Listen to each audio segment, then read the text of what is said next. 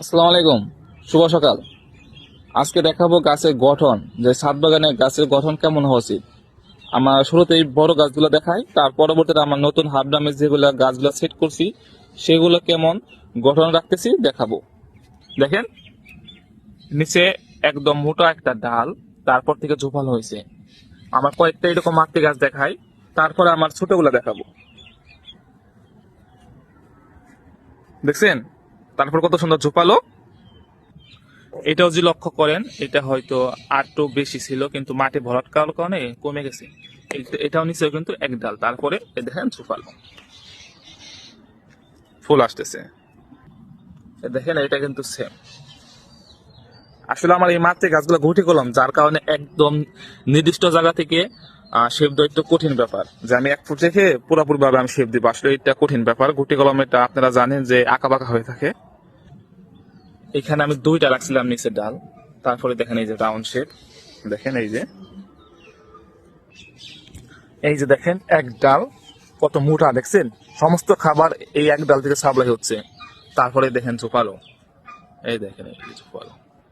পাশে যদি দেখায় মেক্সিকান, এটা নিচে এই যে এক ডাল, তারপরে এই দেখেন ঝোপালো।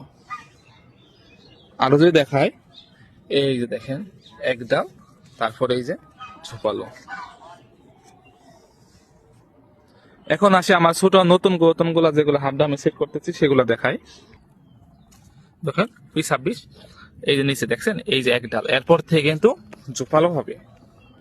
এই যে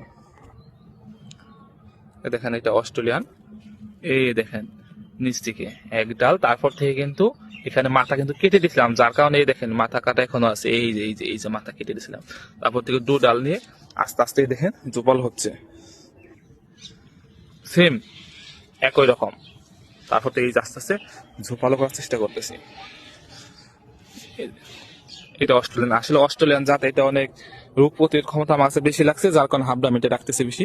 আর দেখেন এই যে ঝোপাল হচ্ছে, এগুলা মাথা কিন্তু পেন্সিং এর মাধ্যমে, এই যে মাথাগুলো দেখতেছেন, এই মাথাগুলো এই একটা পেন্সিং করবো না, একটা পেন্সিং করলে আরো হেলে যাবে, 2টা করে পেন্সিং করে দিবেন, তাহলে কি হবে? এরকম ঝোপাল হবে। দেন এই যে একদম ঝাঁকড়া, এটাও কিন্তু ঝাঁকড়া। দেখেন অস্ট্রেলিয়ান বিগের একটা সুবিধা কি, ফুলগুলো দেখেন কতটা মোটা হবে, সবল হয়ে উঠবে মোটা। এই দেখছেন, দেখেন আমার প্রায় 1 করে সমান, 1 করে 24 মোটা। এই যে এখন দেখাবো থাই। এই দেখেন থাইটা কিন্তু সেম, এই যে নিচে থেকে কিন্তু ডাল আসে, এগুলো কিন্তু আমি কেটে দিই। এই যে কেটে দিই, এখান থেকে কিন্তু আমি এক ডাল নিতেছি, এরপর থেকে এই ঝোপালো চেষ্টা করতেছি। পাশে সেম, এটাও আমার থাই। এই দেখেন নিচে এক ডাল, তারপর থেকে এই দেখেন এই যে ঝোপালো করার চেষ্টা করতেছি। এটা আমার আরেকটা থাই। এই যে থাই দেখেন, এই যে এরা কিন্তু ফুল চলে আসে, ফুলগুলো কিন্তু ভেঙে দেওয়া লাগে। ভেঙে যদি না দেই, তাহলে এরা শুধু ফুল দিতেই থাকবে, ফুল রাখা যাবে না, একবারই না। গাছের পাতাগুলো দেখেন কতটা গাঢ় সবুজ, তাহলে গাছকে পর্যাপ্ত পরিমাণে খাবার পাচ্ছে।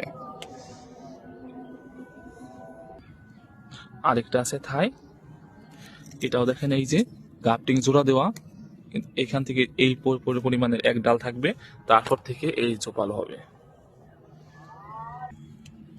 এটা যে 137, দেখেন সেম।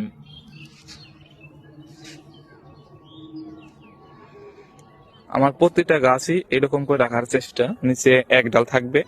আমরা 1 ফুট পরিমাণে রাখলে সবচেয়ে সুবিধা হয়, ভালো হয়। আর নিচে দেখেন কিছু রুটের ডাল থেকে কিছু পানসি আসে, নতুন নতুন ডাল আসে, কুশি আসে, এগুলা কেটে দিতে হবে। এটা হলো GM2।